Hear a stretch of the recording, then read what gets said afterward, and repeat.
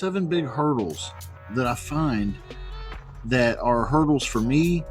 These are the places, the things that cause the phone conversation with the homeowner to break down. And listening to you guys and listening to some of my one-on-one students who tell me what their situations are when I'm working on stuff with them, they're having the same. It's the same seven. Okay, not all of them, but everybody has one or two. I bet that's an issue. Okay.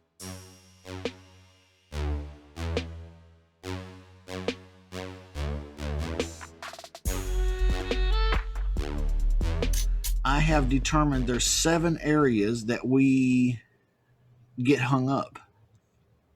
Seven places in that conversation that we get hung up. Okay. So let me just share with you what those seven are.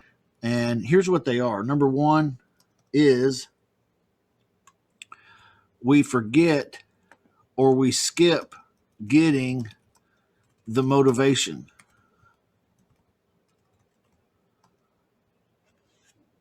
We skip getting that. Okay, because remember, we have a conversation going with the homeowner. We start it with the agenda, but then we move into the qualification stage. So we've got the conversation going, and now we're going to start talking. We've gotten their permission to ask questions. They said yes. Okay, an agenda would be something like this. Hey, I'm Justin. I'm a real estate investor. I saw your property online. I wanted to call you and ask you a few questions. You could ask me a few, and if it's not a good fit, you could fire me. That's the agenda. That's opening up. Okay. After that, it's imperative that you start getting into the motivation. Okay. And you get into the motivation by asking those questions: why, money, timing, commitment. Okay. So why is this so important? And why is this a pitfall when we've skipped this? When we don't turn the screw a little bit. Mateo, you have your hand raised. Go ahead, speak up, sir.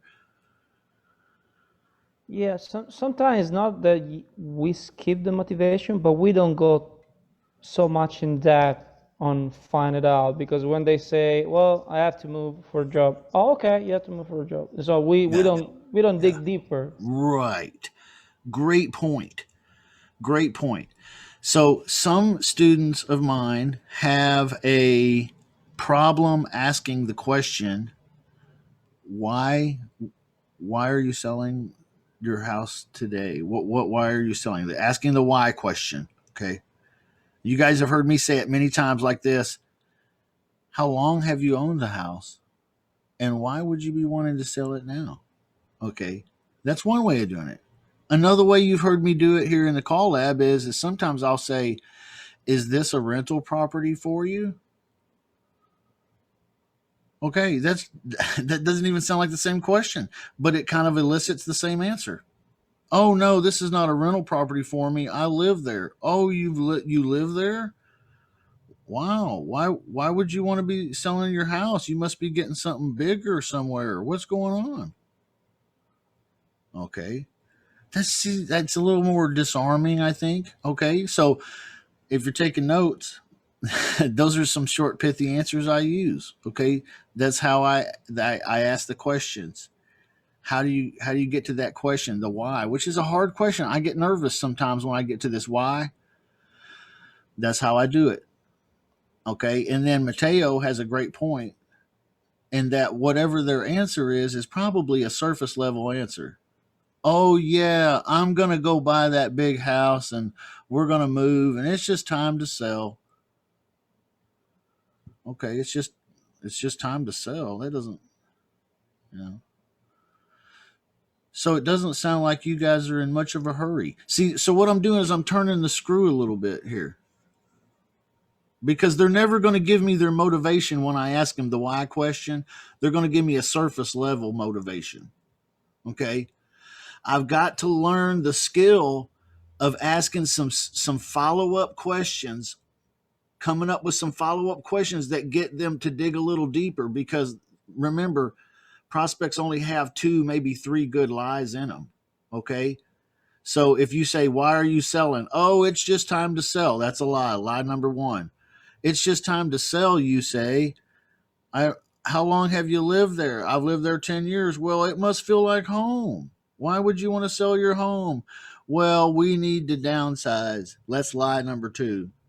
Okay, but we're getting closer. Okay, you need to downsize. Oh, I see. Are you guys kind of in a financial pinch with the payment? Okay, oh gosh, that's a hard question to ask, but I did. I went there. And you know what? Yeah, that's what it was. That's the truth. They need to downsize because the payment's too much now because she got laid off, okay, during the pandemic or whatever. All right, so but you're not going to get that just by asking that one why question. You're going to have to turn the screws a little bit, and that's just human nature, okay? Because no, they don't know you, you don't know them, you're not friends. So when you call them and you say, "Hey, why would you be wanting to sell the house?" They're not just going to open up to you and be like, "Oh, well, blah blah, and this and the divorce, and I was really sad about it, and last night I drank too much." And okay, every now and then you'll run into one like that, but for the most part, you'll have to ask some follow up questions to kind of get the real answer. All right, so practice that skill. That is one of the 7 pitfalls. Not turning the screw to really get a good, true answer. Okay, it's going to be a need or a greed. Okay, they did not wake up this morning and decide on a whim, I'm going to list my property for sale on Zillow. It was not just something I just felt like doing it. I don't really know why. I was taking a dump this morning, had my phone in my hand, and I don't know, Zillow ad popped up. Next thing I knew, I was listing my property for sale. It's never happened. They've got reasons. Okay, so right here is where you got to get into what the reasons may be. It's a need or a greed. Okay, what's a good example of a greed, real quick, before we go to number 2? What's a good example of we know a need would be like maybe they got payment problems. They got 2 payments now, or maybe it's too much, or something. They got Agreed is I want to buy. I got this guy actually tell me this. I want to buy a plane, airplane. Okay. Oh, yeah. Okay, so that's a great, yeah. And you'll meet people that want to buy all kinds of things. They want to retire, move to Florida, and all that. See, now we're kind of borderlining on, well, this is a greed more than it is a need, and that's okay. You can do the same conversation with a greed that you would with a need, but now you know his reason for all of this. Okay, so you can totally address all of that later in the conversation. So, Muhammad, you have your hand raised, sir. Just go ahead and speak up. Yeah, Justin. So I have a seller right now that we've been talking for like a week, and I've sent him the contract. And suddenly, from nowhere, it says I must guarantee the rent. I'm like, we never talked about that. We never talked about that. So where did that come from? So I'm like, yeah.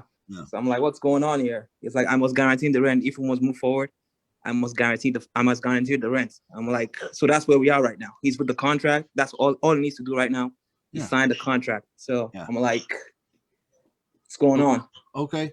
So, I would ask, we'll talk more about this type of thing here in a later subsequent number, but what I would recommend is asking the guy, "Hey, I'm sorry, say this like this. I'm not an attorney. Hey dude, I hear what you're saying. I'm not an attorney though. So I'm not real sure exactly how you want me to word that on this agreement, because I know you want me to change the agreement to read something. Will you tell me exactly what you want it to read, so that I'm sure that I understand it? I can put it down here on the agreement." Okay. Okay. First of all, you got to get clarity on what the hell he's talking about. Okay, because a guarantee can be a lot of things. All right. What is a guarantee? Well, if you watch Tommy Boy the movie, it's somebody taking a dump in a box and putting guaranteed on it, right? Right. Okay. So, yeah, get a real clear understanding of what the guy wants. And if he says, hey, I want, if that guy doesn't pay the rent, I want you to pay the rent. Okay. Then he's telling you, I'm only going to move forward if you keep this as a sandwich. Okay. Which you could do. You just I did. I gave him the sandwich, but I don't want to do a sandwich. I want to do assignment. But I made the sandwich look, I want to do an assignment, but I made the sandwich look so terrible that he chose the assignment, actually.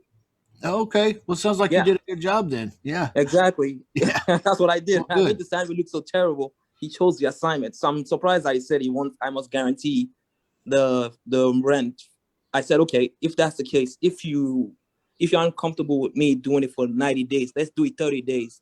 After 30 days, the contract is void. He said, no, even for that 30 days, I must guarantee the rent. I'm like, nah, it's not going to work.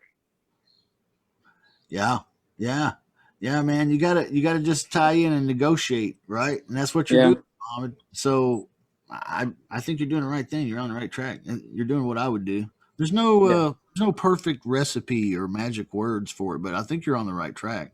If I understand, Okay. I mean, you already got him to sign it, right? No, he hasn't signed it yet. I've sent him the document to DocuSign. Okay. I sent him the contract on DocuSign. It's just for him to sign it, and that's it. How long has it been since he hasn't signed it? I signed it yesterday.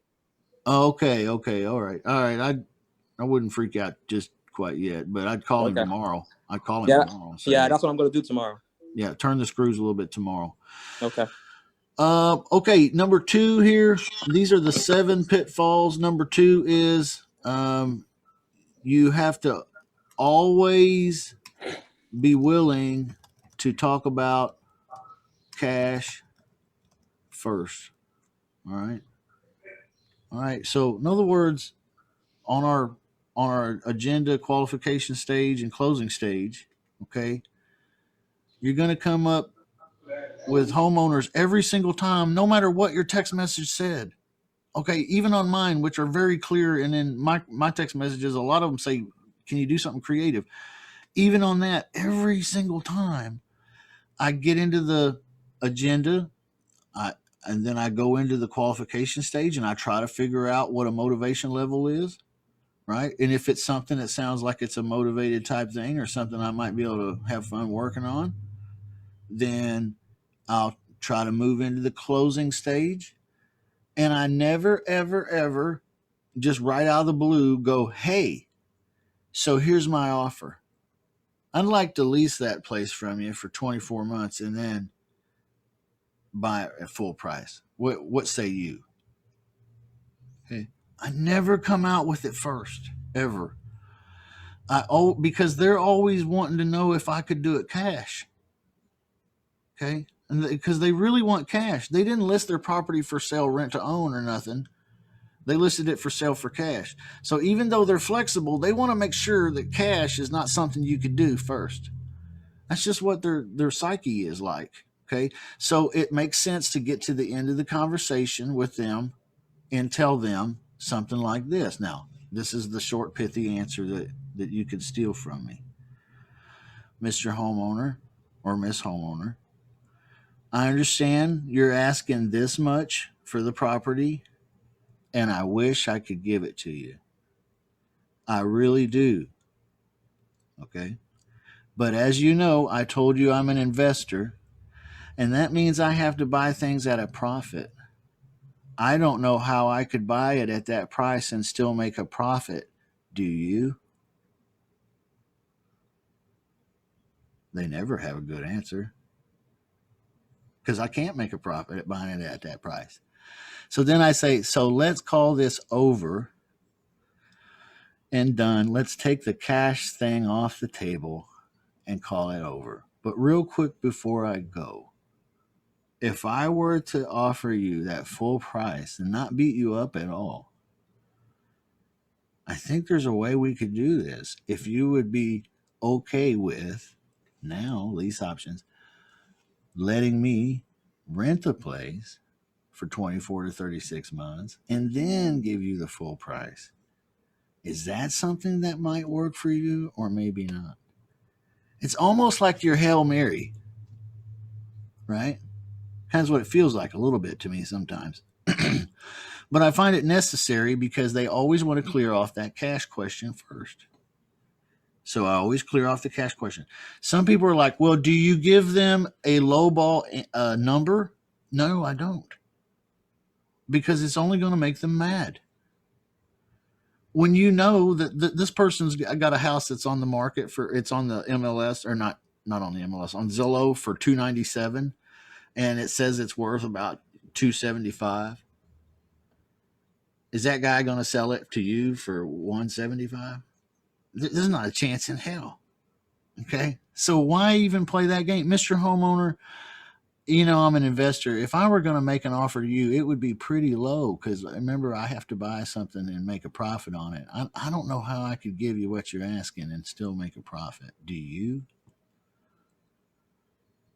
Okay, you don't? All right. Well, let's just call it over and done with then. But real quick before I go, if I were to not beat you up on purchase price, if I were to not beat you up at all, and in fact, if I were to take real good care of everything and got you out of there and you didn't have to worry about nothing no more, could we do something a little creative and let me rent it from you for a couple years before I buy it, or maybe not? Okay, that's it. That's my whole pitch. That's me pitching right there. I do that every single time, like practically word for word. So if you want to get it word for word, go for it. Mohammed, did you have your hand up, dude? Or is that from the last time? That's probably from the last time. Okay, no worries, man. All right, so any questions about that one? Be willing to talk about cash first. Okay, any questions? Number 3 here, you got to know how to transition, which we just did. Okay, so I'm going to write that down. Transition to lease options, right? Or a creative is what you're doing.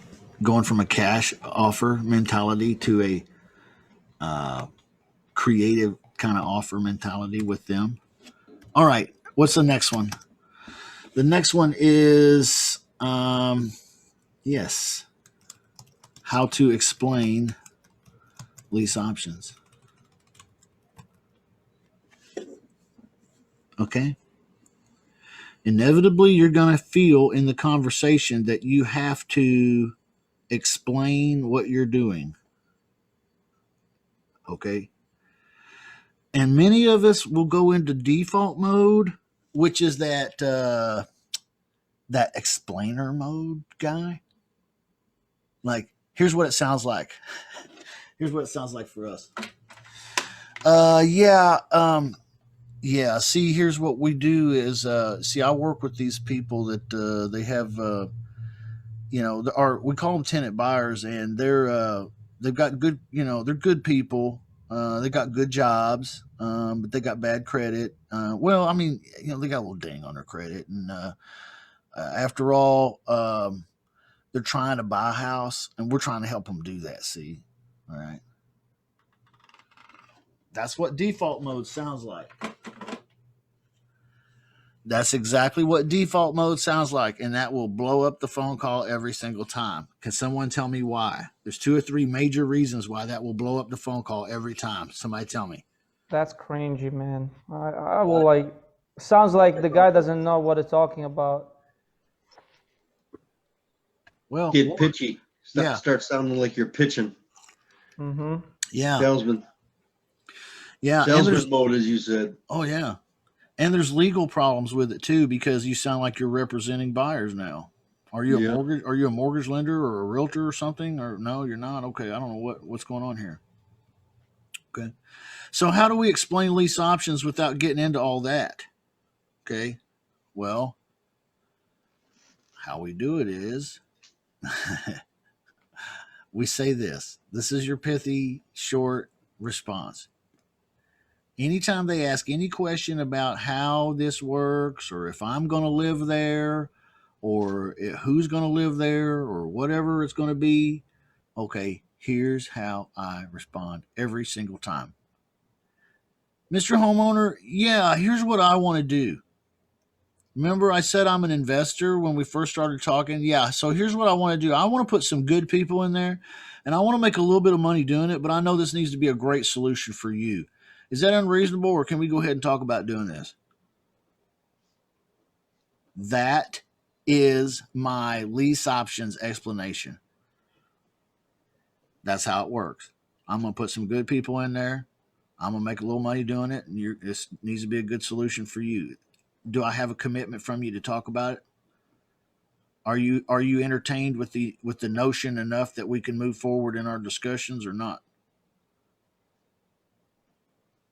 Does he really need to know the background and pedigree of the people that you work with?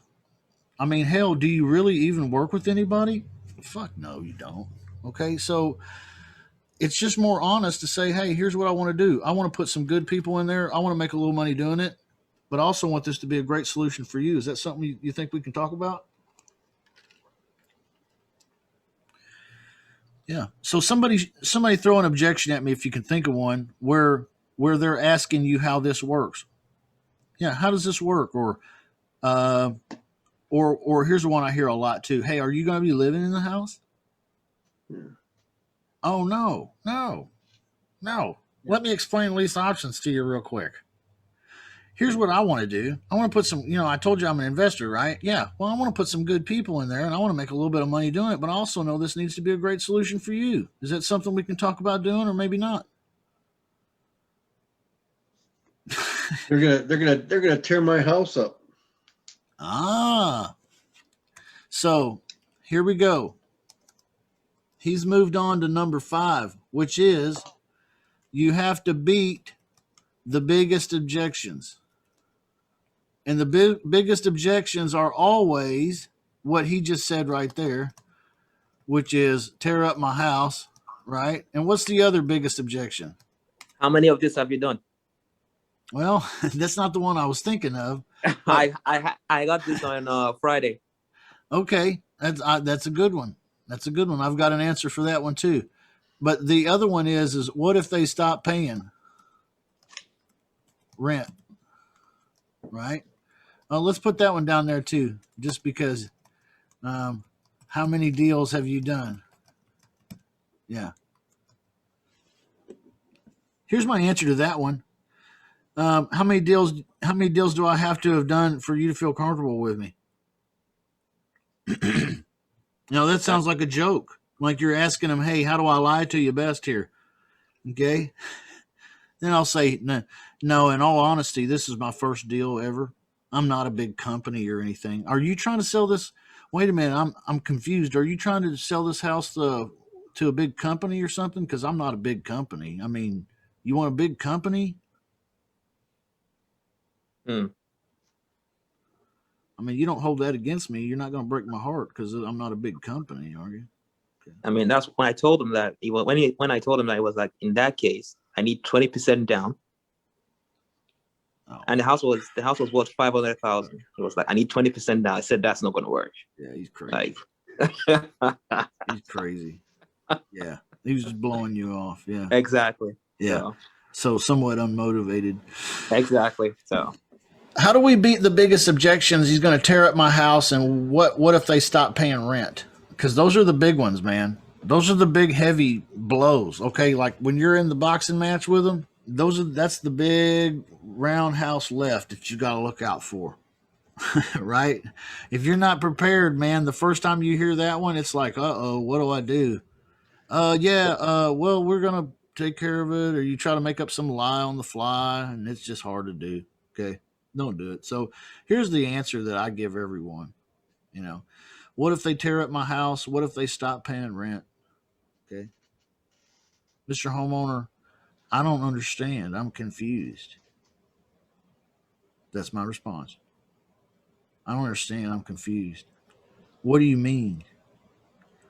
Well, what if let's say we're doing this and the person that you put in there, okay, because he's gonna say it like that. The person you put in there after 6 months quits paying the rent, or what if they tear up the house and they leave? What's gonna happen then? Am I gonna have to go in there and fix all that and repair all that and all that? Am I gonna have to hit all them payments? I'm confused, Mr. Homeowner. We're not talking about renters here. We're talking about people that want to buy the home. So I'm not sure we're talking about the same things here, Mr. Homeowner. No, here's the rest of the response. Here's the finale, Mr. Homeowner. We run full checks on these people. They want to buy a home. They're in a program that they've got a plan to buy a home. Okay, so they're different. But also, we'll do background checks, credit checks. We'll do the whole 9 yards. if I were to put you in the driver's seat, Mr. Homeowner, now here's the shoe is about to drop. Now, if I were to put you in the driver's seat, Mr. Homeowner, and let you be the final decision maker, and you can approve or disapprove these people after having kind of seen some of these background checks and stuff I mentioned, would that make you feel more comfortable? And could we move forward or maybe not? Okay. That's what I do. All right. That's exactly how I do it. Every single time, practically word for word. All right. So if you need to play this back a few times and pick some of these up, that's okay. But these short little pithy answers, they work. Okay. We're not working with those kinds of people. We're working with people that want to be homeowners here. Okay. They want to buy this house. So I'm a little confused, but we do run background checks and credit checks and sex offender checks, and we do an income verification. We do job verifications and all that. And so we really check these people out, and they're on a plan to be able to qualify for the loan to buy the home. So in the time frame we're talking about. So if we let you get in the driver's seat here and kind of be a part of that process, and you can approve these people or disapprove them, just so that you know exactly who's living in your house. If we do that, is that something that makes you feel more comfortable, and can we move forward, or is this over? Okay. What do you guys think of that? Is that an okay answer? Awesome. Is that a way out of the biggest objections ever? Pretty good. Yeah, makes sense. I like how you turn it around. I'm not sure I understand what you mean. Yeah. And then they have to explain themselves, and then you're able to say, "Oh Yeah. no, we don't deal with those people." We're talking about apples and oranges here. I don't know Yeah. what we're talking about. Yeah. Yeah. So that's the biggest objections. And there's all the rent guarantee, Well, you never answered my question. If they stop paying rent, what's going to happen? Okay. I've had them come back to me later because the voodoo wore off, I've had them come back to me later in the conversation and say, well, but if they stop paying rent, what happens? Mr. Homeowner, here's stage 2. If you got somebody that's really pushing on this, stage 2 is this. Mr. Homeowner, you tell me what would happen if they stopped paying the rent over there? What would normally happen if I weren't involved? And he's going to say, well, I guess we'd have to evict them. Yeah, well, I guess we'll have to evict them then too, if that were the worst case scenario were to happen. But here's the thing, Mr. Homeowner. Even in the worst case scenario, we could totally put someone else right in there to replace them. And when we do, I'd be willing to work out something with you where I make up any payments that you had to make up when that one left. Does that make sense? And does that make things more comfortable for you, or maybe not? All right. What do you think of that? That's stage 2 of the same biggest objections, right? If they go pushy on that even further.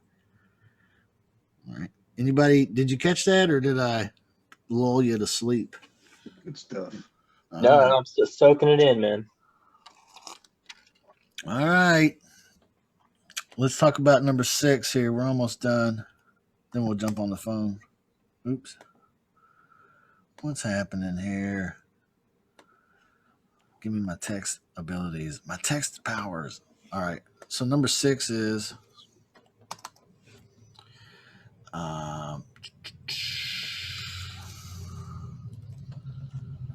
negotiating down payment.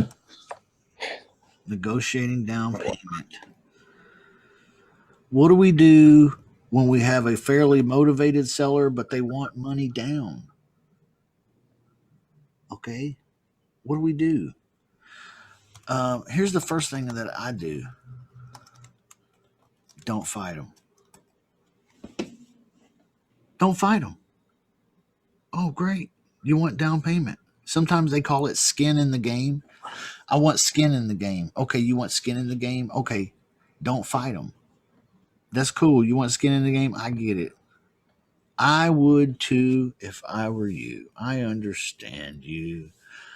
We relate to each other in this way. I I'm a get part. exactly what you're saying. Right? Okay, so don't fight them. And then ask them if they don't volunteer a number, ask them what the number is, what the dollar number is. Okay? Because right now we're talking about down payment, but we don't even have a clue what it is. Sometimes when you ask them for down payment, it's like $3,500. Oh, okay. Well, 1 month's rent. Oh, that's what you mean. A security deposit kind of thing. Oh, okay. Yeah. See, when you say down payment, though, sometimes they say down payment and you think 10, 15,000. They're surely going to ruin the deal right now. Ask them what they're talking about. What I'm sorry, I'm confused. Down payment. What do you mean? Skin in the game? What does that mean? I'm a very literal person. I need you to tell me dollars and cents here. What is it going to take? What'd you have in mind? Well, I'm going to need first month's and last month's rent. Okay, great. If I were to put that in the agreement that you get first and last month's rent, does that mean we have a deal? Okay. All right. Y'all following me? Now, and then, okay, what if he comes back with something that says, oh, well, I'm going to need $30,000 down. I'm going to need 20% down. Oh, okay. I'm not going to fight him on it, but I'm going to act like I'm going to, you guys ever watch, what is it, Sanford and Son? Where he's like, oh, the big one's coming. Where's my pills? You know, where's my pills? Elizabeth. So, I'll do a little bit of that. You know, so if he comes out at like, oh, I've got 20, I'm going to need 20% down. If it's something that I can do, like it's a reasonable amount, I'll just ask him if I put it in the agreement, do we have a deal? You know, because I'm trying to close them on that. That's fine. I'll just go with it. If it's something like this, like I need 20% or I need 30,000 down or something crazy, I'm gonna go, oh my goodness. Oh, that's a lot of, oh man, that's a lot of money. I understand you want skin in the game. I understand you want down payment. I understand that. I was just thinking something a little less than that. Is there anything more reasonable we could do? Okay. All right. So that's exactly what I do. I don't fight them much. I just ask them if there's anything more reasonable we could do. And here's the amazing response I get. Sometimes they'll say, no, that's what I'm going to have. That's what the bank wants. And that's what I'm going to get to. And, oh, okay, well then you're nuts. And this phone call's over. Okay. Because that person now thinks they're the bank and stuff. And I don't know where they got that idea, but yeah. So, you know, you're going to get that response sometimes. Sometimes you get this response when you say, hey, is there anything more reasonable than the $30,000 that you just said? Sometimes you get this response. Well, I could do, you know, I don't know, 20,000 sound okay? Okay. No, it doesn't. All right. But see how they're getting weaker, right? They get weak really quickly. And here's another thing that happens. I'll ask them that question a lot. They'll come out with some really crazy high down payment amount they want from me. And I'll say something like, is there anything more reasonable we could do? That, you know, anything more reasonable you could be comfortable with? And they'll go like this. Well, I don't know. What did you have in mind? What did I have in mind? Okay, now the ball's in my court, right? Like I'm totally winning here. Shit, I was thinking about, how about 1 extra month's payment? Is that something you could be comfortable with? No? Okay, how about 2 months payments? How about 3? Okay, how about I give you $3,500 cash flat rate and then we'll just call it a day? Is that something we could do? No? Okay, now we're playing around in my realm, right? We're playing around in my realm.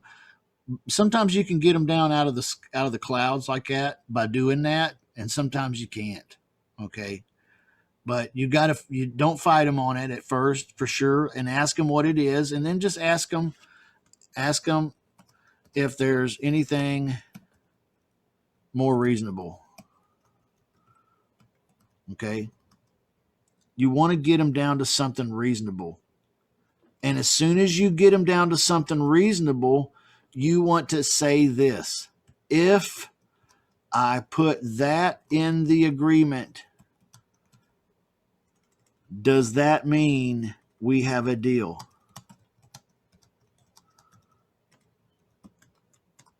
Okay. I hope that helps. Hope that makes sense and I didn't leave out too many blanks. Yeah, is there anything more reasonable you could do? Well, once I get them to something reasonable, how do I know what's reasonable? I don't know. 5%? 5% of the purchase price? Or less? It's just kind of a ballpark, right? If I put that in the agreement, does that mean we have a deal? We do? Okay, great. Then I'll get it over to you. It's that easy, guys. So it sounds like it's complex and it's confrontational, but it's really not. It's actually one of the least confrontational parts of the whole conversation, in my opinion. Okay, number 7 here is how to stall for negotiation time or for research time. How do I stall for research time? You guys know what I'm talking about? Okay. One of the big problems is when you watch Claude Diamond and me sometimes is you get the idea that you should be doing all this in one closing call, one call, boom, boom, boom, got the contract, analyze the property, beat down the comps, everything right there in that whole 10 minutes, locked it down. No sweat. Didn't even crack a sweat. Not true. Not true. Okay.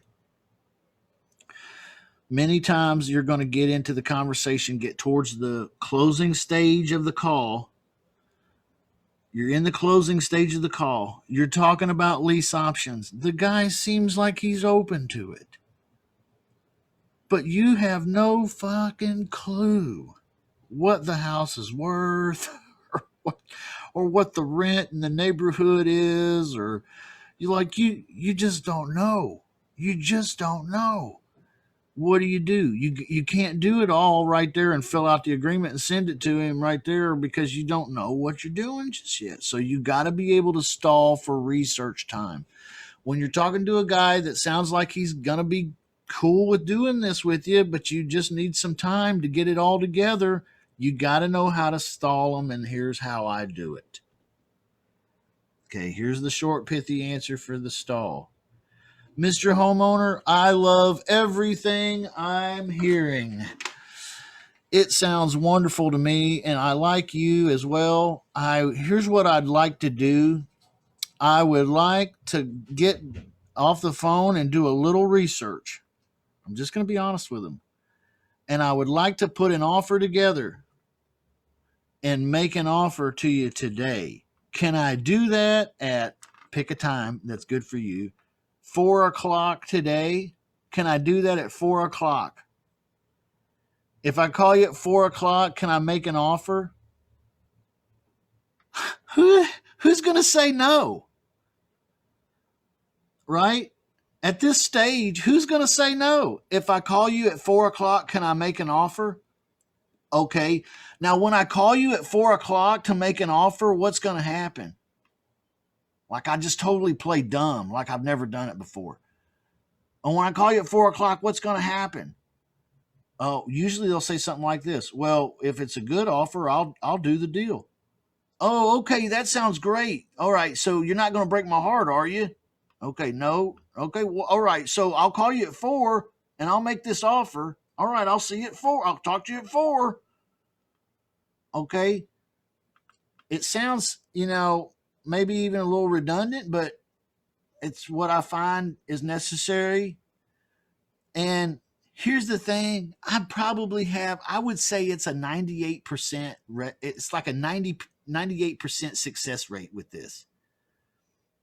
98% of the time, they pick up the damn phone at 4 o'clock. And the reason why is because they're so curious as to what my offer may be. How fun, right? It's like somebody gets to call me and talk to me about giving me money. Ooh. So they always pick up the phone, practically always at 4:00 or whenever I set, because I promise that I'm going to be making an offer at that time. Okay. Here's what traditional salespeople sound like, or traditional investors. Yeah, hey, I got to do some more looking at this, and if I like it, I'll just get back with you. Okay. Okay. Been nice talking to you too. All right. You have a good day. Bye bye. That person is like the bird that flew the coop, dude. Okay? You did not tie them down for diddly squat on that kind of an ending. So you've got to be able to tie them down, and you stall, you tie them down to a time to make the offer. Okay? That's how you do that. That's the short, pithy answer for that. Now, here's the last one. I said there was 7, but there's actually a bonus one here. And that is, how do you get through the paperwork to signature? Okay. Because a lot of us get down here to this part, we get paperwork together and we send it out, and then we never hear nothing back ever. Crickets.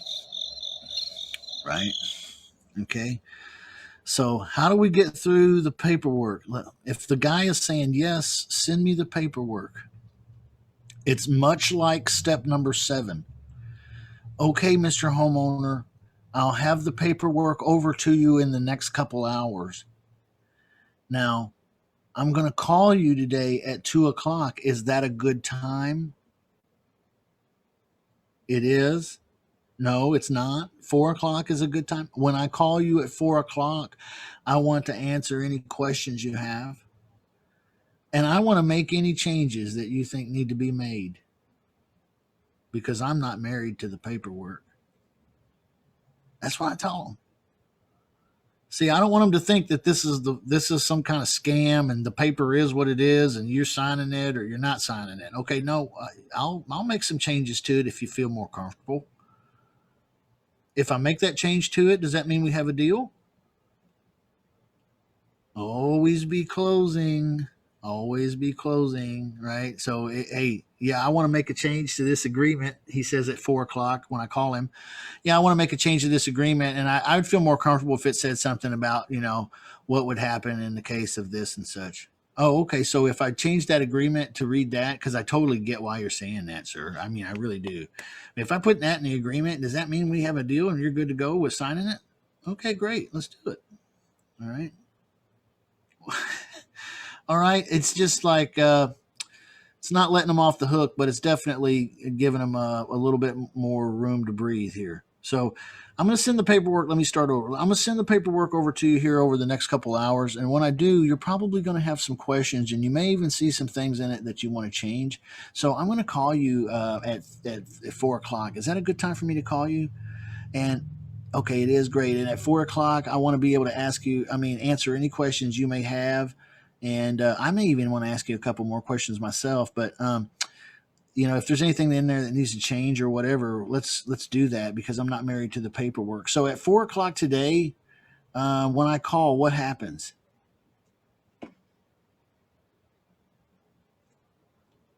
Well, usually they'll say, well, we'll go over the document, and if it's good, we'll do it. Oh, I'm sorry, what? If it's good at 4:00, we're going to do this? Okay. Here's what most classic investors are doing. Oh, okay. Yeah, I'll send you over my agreement. What's your email address? Okay, 123 homeseller@gmail.com. Okay, got it. Wonderful.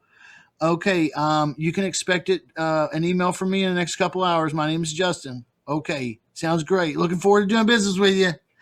Yeah, all right. All right, bye-bye. You didn't tie him down for shit. That's a bird that just flew out of the cage, man. You let it go. You know what I mean? You don't have a tie-up time. You don't have an expiration date. You don't have a when we're meeting again on this. You don't have nothing. You don't have a promise that as soon as we work this out, we got a deal. All you got is I'm going to send you some papers and I'm never going to talk to you again. Okay? Will that still happen? Yes, it will still happen. A little bit.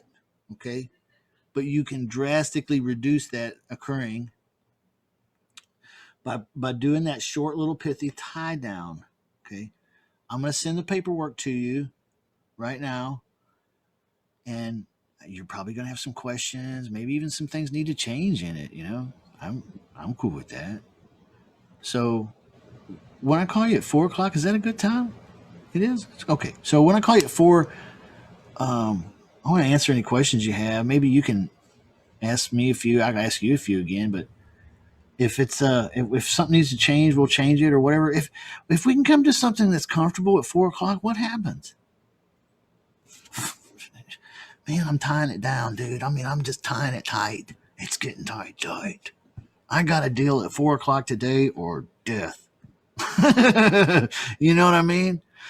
So like, it's tight. Like, and they know. And here's the thing: you guys need to recognize as new, I guess, or newer callers, is it feels like when you're doing these things, it's like, yeah, but Justin, it's so repetitive. You say the same things over and over. I know, but I'm good at it. See, don't feel bad about it. Get in, you know, get the rhythm of saying the same things. It's okay. The same answers work for everybody. That's why I say the same things. Okay. And then too, you got to realize that it's a necessity for you to tie them down like this. You have to. Okay. You got to turn the screw a little bit to get into the why closet. Remember we were talking about that? Like, you can't just ask one question. You got to kind of dig a little deeper. You get into the why closet or find out why they want to sell. You got to do all that. It's work a little bit. You got to intentionally do it. It won't just happen. You have to intentionally guide the conversation in those ways, or it won't happen. And if you don't do it, your conversation is going to lack any oomph, and you'll be lucky if you get one. Okay. So, short, pithy statements, just get them in your minds, and then practice and get them in your own words, and don't worry about it too much, you know, but realize that it's important that you do it, because here's what I was going to say, because your prospects, they're not that smart. Okay. All right. And I don't mean that to like I'm putting them down, but they're not that smart. All right. They don't have the focus and concentration to take a seminar from you tonight on what tenant buyers are. Right. They'll be zoned out within 6 seconds. You start that shit, it's over. Okay.